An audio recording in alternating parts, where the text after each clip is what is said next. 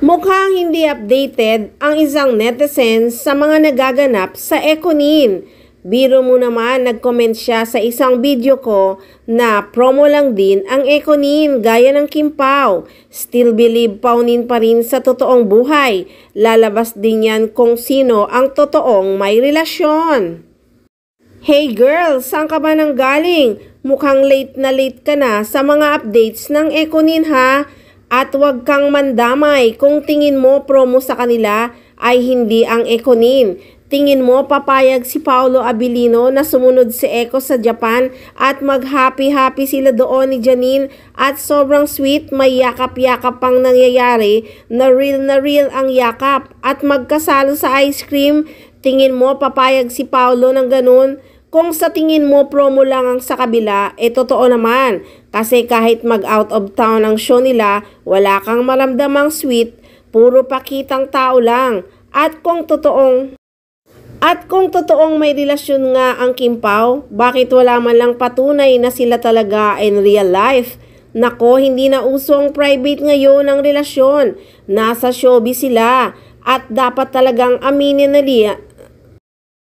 Nasa showbiz sila at pareho naman silang single. Pwede naman nilang aminin, hindi ba? Para naman hindi magmukhang tanga ang mga fans nila. Hindi masamang mag-idolo ng artista, pero wag nang gumawa ng kwento na nagmamahalan kahit hindi naman.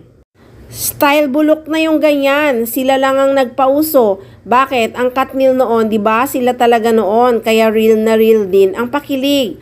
Nako, basta ang Econin matured na yan, hindi na nila ginagamit ang kanilang kasikatan para sobra pang sumikat. Gusto lang nilang magtrabaho at para kumita.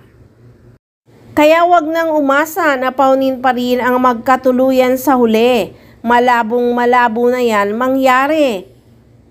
Dahil kung tutuusin sa mga nagaganap ngayon sa Econin, sa kanilang mga banding, sa family ni Janine, sa family ni Eco, ay talaga namang kasal na lang ang kulang.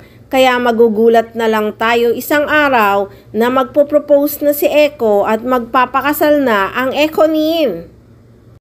Hindi naman sila mga teens na love team para magpa-cute-cute lang at magpakilig-kilig sa mga fans.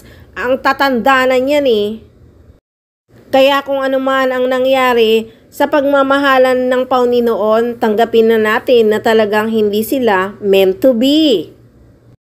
Huwag nang gawa ng issue ang relasyon ng Econin dahil kitang-kita naman na sila na talaga in real life.